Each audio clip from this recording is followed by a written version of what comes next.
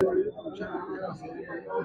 विठ्ठल परिवारातील गट होते त्यामध्ये आता एक गट तुमच्या सोबत आहे आणि तुम्ही ताकदीने मैदानात उतरलाय, काय सांगा? नाही, सगळ्यात महत्त्वाचं आपण बघितलं असेल, विधानसभेला ज्या ज्या लोकांनी मला सोबत त्या ठिकाणी साथ दिली त्या सगळ्यांना घेऊन आम्ही निवडणूक लढतोय आणि जे विरोधात होते ते सगळे विरोधात आहेत.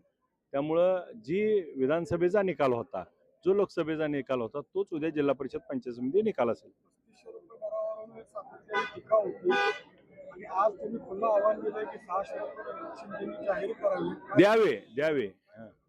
दिले की माहिती तयार आहे की. आमचं म्हणणं काय माहिती आहे का, ह्यांचा डाव जे आहे की एकट्यानं द्यायला पाहिजे आणि ह्यांचं मात्र झाकून ठेवायचं. माझं त्यांना खुलं आव्हान आहे, तुम्ही पैसे जमा करा. पैसे जमा केल्याशिवाय तुम्हाला गत्यंतर नाही. आणि तुम्ही बोललाय, तुम्ही बोललेला असताना मला ज्या वेळेस तुम्ही विचारताय एक बोट करून, त्या 4 बोट तुमच्याकडे आहेत, त्याचा उत्तर तुम्ही दिलं पाहिजे.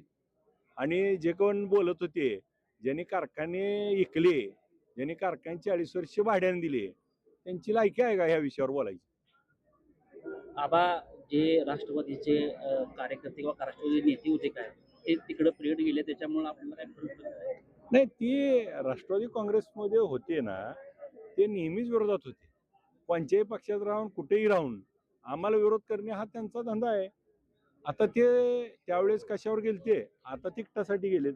त्यामुळं नवीन कोण तिकडे गेलेलं नाही. आणि विठ्ठल कारखान्याच्या निवडणुकीच्या आधी माझी पार्टी लहान होती, विधानसभेत वाढली आणि विधानसभेचा आमदार होईल का नाही ह्या भीतीनं 22% थांबली होती. आमदार झाल्यानंतर आमदारकीनंतरचा माझा परफॉर्मन्स बघून ती 22% जनता अजून वाढली आहे. त्यामुळे उद्याच्या निकालात आपल्याला एकतर्फी निवडणूक दिसेल. एक प्रश्न आहे. विधानसभा असू द्यात किंवा विठ्ठल साखर कारखाना निवडणूक असू द्यात, कल्याणराव काळे, युवराजदादा पाटील, जयेंद्र पाटील हे कायम तुम्हाला विरोध करत आले. त्यांची धुसफूस त्यांची काय आहे, त्यांचं दुखणं काय आहे, त्याच्यावर काय तुम्ही इलाज काय शोधून काढलाय का नाही, त्यांना अशाच पद्धतीनं विरोध करायला तुम्ही प्रोत्साहन दिले? नाही, मूळ मुद्दा आपण बघा, त्यांचं दुखणं त्यांना विचारलं पाहिजे.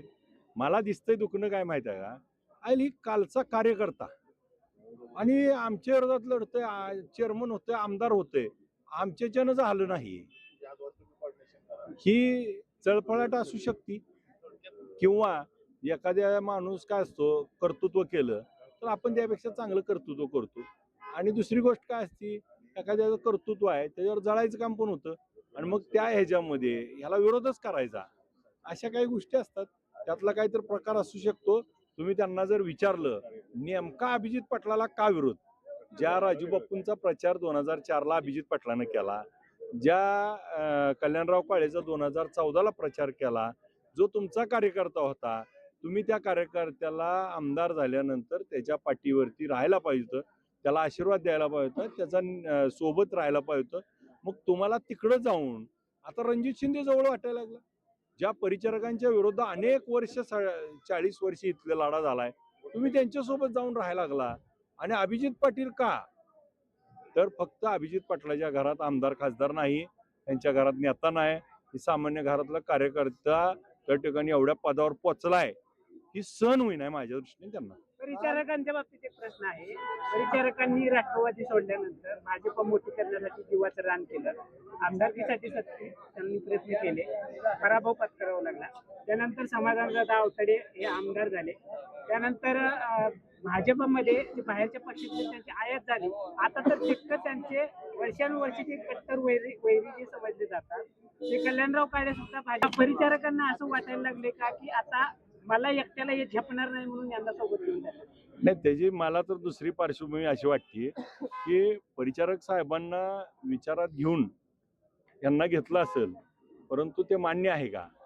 आता काय परवा त्यांनी बोलताना म्हणले की वरून जे निर्णय होतात ते त्या ठिकाणी स्वीकारावं लागतात. त्यामुळं मला असं वाटतंय या निर्णयाचा मला फायदा होईल. परिचारकांचं खच्चीकरण होत आहे असं वाटतं? काय, ज्या लोकांविरुद्ध 40 वर्ष लढले, आता त्यांचाच प्रचार करायचा आणि त्यांनाच मतं टाकायची, ही गोष्ट शक्य आहे का?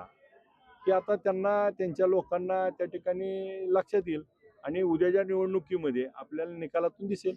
स्थानिक स्वराज्य संस्था हे कार्यकर्त्यांचे असतात, परंतु भाजपमध्ये कुठलाही कार्यकर्ता दिसत नाही, तर त्याला कसं पाहता आपण? तर मुळामध्ये आमची भूमिका अशी आहे की संस्थांनी ही मोठी मोठी घरंदाजपणा आणि आम्हालाच पाहिजे, माझ्याच घरात पाहिजे, ही जी आगस्ताळीपणा आहे, त्या आगस्ताळीपणाचा हे त्या ठिकाणी त्या पक्षाला मोठा फटका बसू शकतो.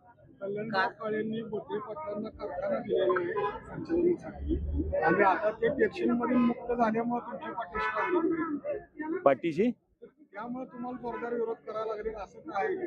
नाही, आमचं म्हणणं काय माहित आहे का, लोकांचे लेकरू मांडीवर घेतलं म्हणून काय आपलं होत नाही. त्यामुळे भोत्रे पाटलानं कारखाना चांगला चालवला म्हणून कल्याणराव काळे साहेबाला आशीर्वाद देणार नाही ती. ज्या जनतेनं त्यांना निवडून दिलं होतं, कारखाना चांगला चालवावा, वडिलांनी काढलेला सहकारी राहावा. तुम्ही जर 40 वर्षासाठी कल्याणराव काळे 40 वर्षांनी काय असतील हो? माघारी घ्यायला असतील का? वय त्यांना 200 वर्ष मिळावं, पण त्यावेळेस ते कर्तृत्व राहील का शिल्लक? मग 40 वर्ष कारखाना दिल्यानंतर आता त्यांना मोकळा श्वास वाटतच असेल. मग मागच्या काळामध्ये आम्हाला ज्यावेळेस बोलत असताना आज 150 कोटी रुपये घेतले आणि कारखाना परत द्यायची वेळ आली आणि मला ज्यावेळेस पैसे मिळाले त्यावेळेस मी तो कारखाना 7,000चा 14,000 केला. कारखान्याचा आज 8.5 लाख गाळप झालं. चांगला कारखाना चालू आहे, दराची स्पर्धा चालू आहे, सगळे विषय त्या ठिकाणी मार्गी लागलेत. 175 कोटी रुपये मी आल्यापासून त्या ठिकाणी देणी दिलीत आणि मग एका बाजूला मला मदत मिळाली, मी चांगल्या पद्धतीने वापरली आणि 150 कोटी मदत मिळून तो कारखाना चालवायला द्यायची वेळ आली, ही त्या ठिकाणी दुर्भाग्य नाही का? आबा ही गावगाड्याचं निवडणूक आहे, ही ग्रामीण भागाचा विकास झाला पाहिजे, या संदर्भातले मुद्दे निवडणुकीत पाहिजेत. तुमच्या प्रचारामध्ये नेमके प्रचाराचे मुद्दे कुठले असतात? माझ्या प्रचारामध्ये मुद्दे असतील की 30-54चा निधी असेल, 50-54चा निधी असेल, नागरी सुविधा असतील, दलितांची सुधारणा असेल, व्यायामशाळा करणे असेल, या भागातल्या स्मशानभूमी सुधारणा असेल, गावातले काँक्रिटीकरण रस्ते असतील, पांदण रस्ते करायचे असतील, त्या ठिकाणी शिवरस्ते करायचे असतील, मुख्यमंत्री सडक योजनेतनं असेल, पंतप्रधान सडक योजनेतनं असेल, या भागातल्या पाणीपुरवठ्याच्या ज्या योजना आहेत, ज्या ठिकाणी पूर्णत्वाला नाहीत त्या पूर्ण करण्याच्या बाबतीतले नियोजन असेल, ग्रामपंचायत ऑफिस बांधणे असेल, तीर्थक्षेत्रामध्ये अ वर्ग दर्जा आज आरणला मिळाला आहे, ब वर्ग आज मेंढापूरला रांजणीला मिळाला आहे, काही क वर्गात आहेत त्याला 50 लाखाचा, 5 कोटीचा, 100 कोटीचा निधी उपलब्ध करून देणे असेल, या भागातल्या सर्वांगीण विकासाचे मुद्दे. आणि मग माझ्या मायमाऊलींना त्या ठिकाणी महिला बचत गटाला अर्थसहाय्य झालं पाहिजे, बचत गट स्वयंपूर्ण झाले पाहिजे, अंगणवाड्या चांगल्या झाल्या पाहिजे, शैक्षणिक सुविधा चांगल्या झाल्या पाहिजे, मुलींना त्या ठिकाणी शौचालय मिळालं पाहिजे, क्रीडांगण मिळालं पाहिजे, शाळा रंगरंगोटी झाली पाहिजे, शाळेमधली पट चांगली राहिली पाहिजे आणि त्याचबरोबर शैक्षणिक, आरोग्य, त्या ठिकाणी सार्वजनिक बांधकाम, सार्वजनिक आरोग्य, वैद्यकीय अनेक विषयावरती या पंचायत समिती जिल्हा परिषदमधनं काम करता येऊ शकतं आणि या कामाच्या जोरावरती, या विकास कामावरती आम्ही निवडणूक लढू. काल पालकमंत्री म्हणाले की आम्ही ठरवलं तरी ते रुपये निधी वगैरे काय धमकी म्हणायचं काय म्हणायचं? नाही, पालकमंत्री महोदयांचा त्यांनी गैरसमज करून दिलाय. पालकमंत्री महोदय चांगला माणूस आहे. आता 5 तारखेपर्यंत 7 तारखेला निवडणूक होतोवर त्यांचं ऐकतील. ही पडली की यांनाच लात मारून बाहेर काढतील. लागेल ते मिसाईल द्या गणेश पाटलांना तयार आहे. ते मुळात म्हणजे काय माहित आहे का, मिसाईल कुणी कुणावर सोडायचं असतं. जी निकामी झाली आहेत त्यांना कुठंच काय नाही, त्यांनी कुठल्या ह्याच्यावर फक्त काय आहे, त्यांच्यात बार भरायचं काम करतायत, पण ही फुसका बार आहे ही 7 तारखेला पालकमंत्री महोदयांना कळेल. काल पुरंदरमध्ये आमदार अजितदादा म्हणाले होते की ठेकेदारांच्या घरात उमेदवारी जाऊ देऊ नका असं त्यांनी चर्चेत सांगितलं होतं. इथं मात्र एका ठेकेदाराच्या घरात उमेदवारी गेली आहे.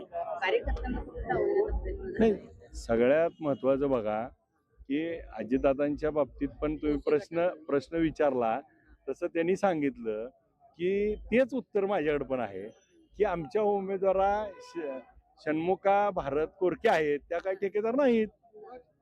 काल राजनीच्या भाजपच्या प्रचाराच्या स्टेज दिसले कसं वाटतंय काय सांगा? मागं जायला तर पाहिजे.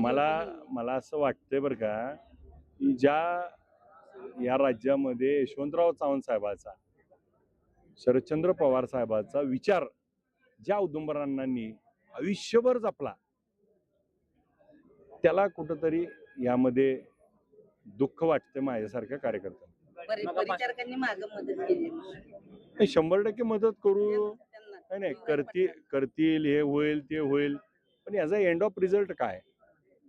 इच्छा व्यक्त केली तिने मागे जायला पाहिजे. मग आता आता वेळ आली आहे, 7 तारखेला कळल. आमची युवराज दादा एकदम इनोसंट माणूस आहे, साधा माणूस आहे. ही त्यांना दादाला उगाच फिरवून त्या दादाला त्या ठिकाणी कारण नसताना, कारण दादा हा काय यांच्यासारखा छक्के पंजातला माणूस नाही. दादा काय घरातलं कोण उभा नाही, परंतु दादाला इमोशनल करतायत आणि दादांचा त्या ठिकाणी वापर करून घेतायत. हे अनेक वेळा दिसलंय. आत्ता दादांना माझी विनंती आहे, दादा तुमचा वापर त्यांनी करून घेतायत, जरा थोडं आपण ह्यांच्यापासूनच सावध राहू. कल्याणराव ताई राष्ट्रवादीत आहेत का सध्या? प्रांतिक सदस्य आहेत तिने काय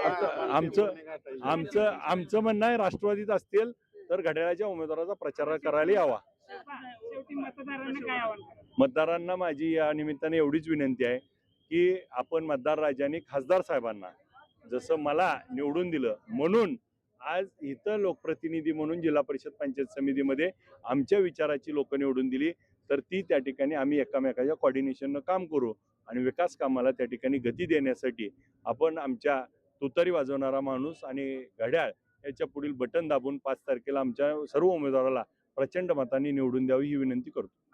समोर दणदांडगे आणि प्रस्थापित उमेदवार असताना तुम्ही मात्र शेतकऱ्याची पोरं आणि नौके गडी घेऊन हा खेळ मांडलाय, कसा डाव असेल पुढे? माझा स्वतःचा अनुभव आहे. माझ्याविरुद्ध धनदांडगे शिंदे होते, माझ्यासारख्या सामान्य लोकांना निवडून दिलं. पैशावर निवडणुका होत नाहीत. लोकांना कामाचा माणूस आपला माणूस आहे त्यालाच लोक निवडून देतात. सामान्य घरातल्यालाच त्या ठिकाणी संधी मिळते.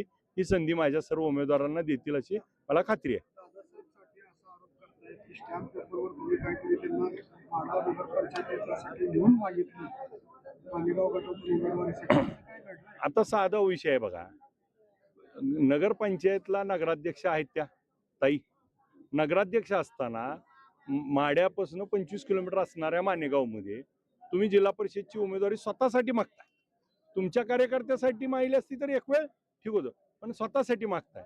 मग तुम्ही नगराध्यक्ष जिल्हा परिषदला तिथं मागताय, विधानसभा तुम्ही लढवली आहे आणि पुन्हा जर माझ्यासोबत आलेल्या तिथल्या सहकार्याला 35 ते 40 हजार मताचा जिल्हा परिषद गट सोडायचा आहे आणि त्याच्या बदल्यात 10,000 मताची नगरपंचायत त्या ठिकाणी माझ्या कार्यकर्त्यांना सोबतच्या लोकांना द्यावी, ही वाजवी बरं एकत्र येत असताना गिव्ह अँड टेक आहे ना.